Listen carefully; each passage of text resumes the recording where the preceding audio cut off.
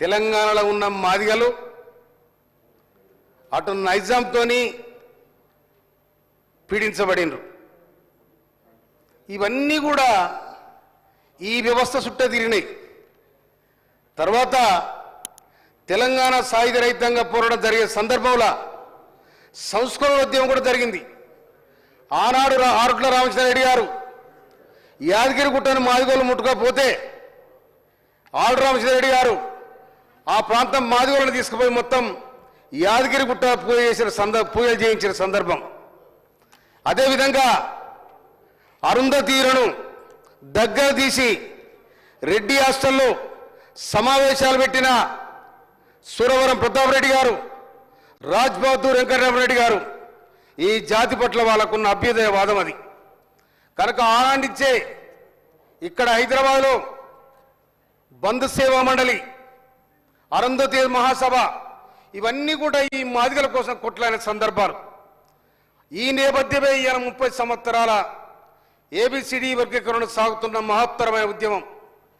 భారతదేశంలో తెలంగాణ సాయుధ రైతాంగ పోరాటం తర్వాత తెలంగాణ పోరాటం తర్వాత మాదిగల పోరాటం.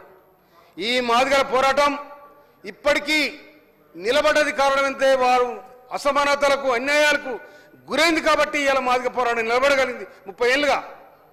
అందుకోసమనే కాంగ్రెస్ పార్టీ ఆలోచించి ఆనాడే కాంగ్రెస్ పార్టీ మాదిగలను దగ్గర తీసుకొని బాబు జగజ్జీవన్ రావుకు ఇందిరాగాంధీ స్థానంలో, ఇందిరాగాంధీ మంత్రివర్గంలో, నెహ్రూ గారి మంత్రివర్గంలో ప్రధానమైన స్థానం కల్పించడం జరిగింది. డాక్టర్ బిఆర్ అంబేద్కర్ రాసిన రాజ్యాంగం ప్రకారం ఇలా కూడా ఒక నిమ్న జాతులకు కూడా మనం అవకాశం కల్పించాలని రాజ్యాంగంలో ఉన్న రాజ్యాంగం పొందుపరిచే సందర్భంలో అగ్రకులాలు కూడా వీళ్ళకి అవకాశం ఇవ్వాలి, లేకపోతే ఈ జాతి ఒక ఐక్యంగా ఉండలేకపోయిందని ఆనాడే మహనీయులు ఆలోచించడం జరిగింది.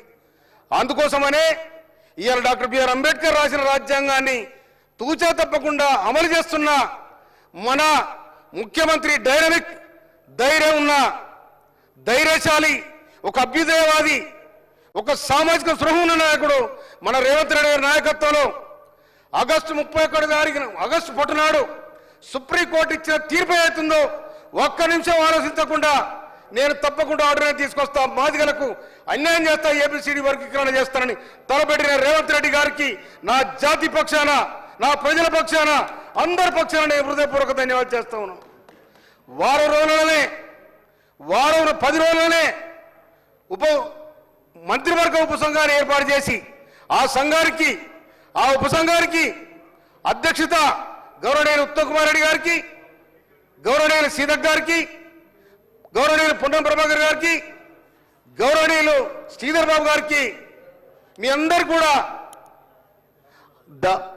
దానికి ఉపసంఘం వైస్ చైర్మన్ గౌరవనీయులు దామోదరన్న గారికి మేము మా జాతి పక్షాన హృదయపూర్వక ధన్యవాదాలు చేస్తా ఉన్నాను.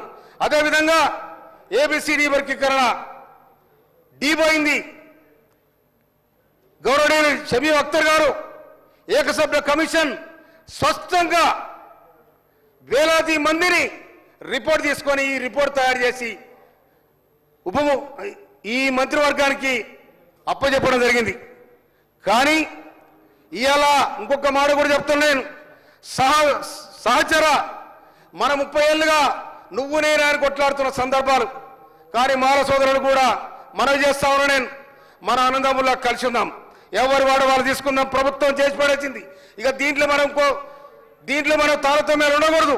అందుకోసమనే మాదిగలుగా మాలలుగా అందరూ ఒకటే ఉండాల్సిన అవసరం ఉంది. ఎందుకంటే మాదిగలుగా జరగాల్సిన అన్యాయం ఇక జరగకుండా ఇవాళ ఇక్కడ గౌరవనీయులు రేవంత్ రెడ్డి గారి నాయకత్వంలో సోనియా గాంధీ, రాహుల్ గాంధీ వారిచ్చిన ఆదేశం ప్రకారం 7 డిక్లరేషన్ 2018, 2023 కనుక దీనికోసం కట్టుబడి గౌరవనీయులు రేవంత్ రెడ్డి గారు వారు ఇచ్చిన ఆదేశం ప్రకారం ఇవాళ 6 నెలల్లో ఏబిసిడి వర్గీకరణకు ఇవాళ రూపం తీసుకొచ్చి కోట్లాది మంది, లక్షలాది మంది మాదిగలకు, మాదిగ ఉపకులాలకు ఇవాళ ఉపశమనం కలిగించాలంటే రేవంత్ రెడ్డి గారు మాదిగలకు ఉండేలా చిరస్మరణీయంగా ఉంటుందని కూడా ఈ సందర్భంగా మనం చెప్తున్నాను.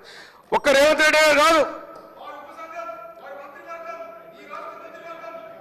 లక్ష్మీకాంత్ తప్పకుండా ఈ మాదిగ జాతి మీకు అండగా ఉంటది, కాంగ్రెస్ పార్టీకి ధీటుగా ఉంటదని ఈ సందర్భంగా మనవి చేస్తూ నేను మా తుంగతుర్తి ప్రజల పక్షాన ఇక్కడ నేను మాట్లాడుతాను. తుంగతుర్తి ప్రజలకు రేపు నెల నుండి వేలాది మందితోని తుంగతుర్తిలో మనమందరం జమై దళితుల కోసం జరిగిన ఈ గొప్ప ఈ శుభకార్యాన్ని కాంగ్రెస్ పార్టీకి, ముఖ్యమంత్రికి, మంత్రివర్గ ఉపసంఘానికి ధన్యవాదాలు తెలియజేసే కార్యక్రమంలో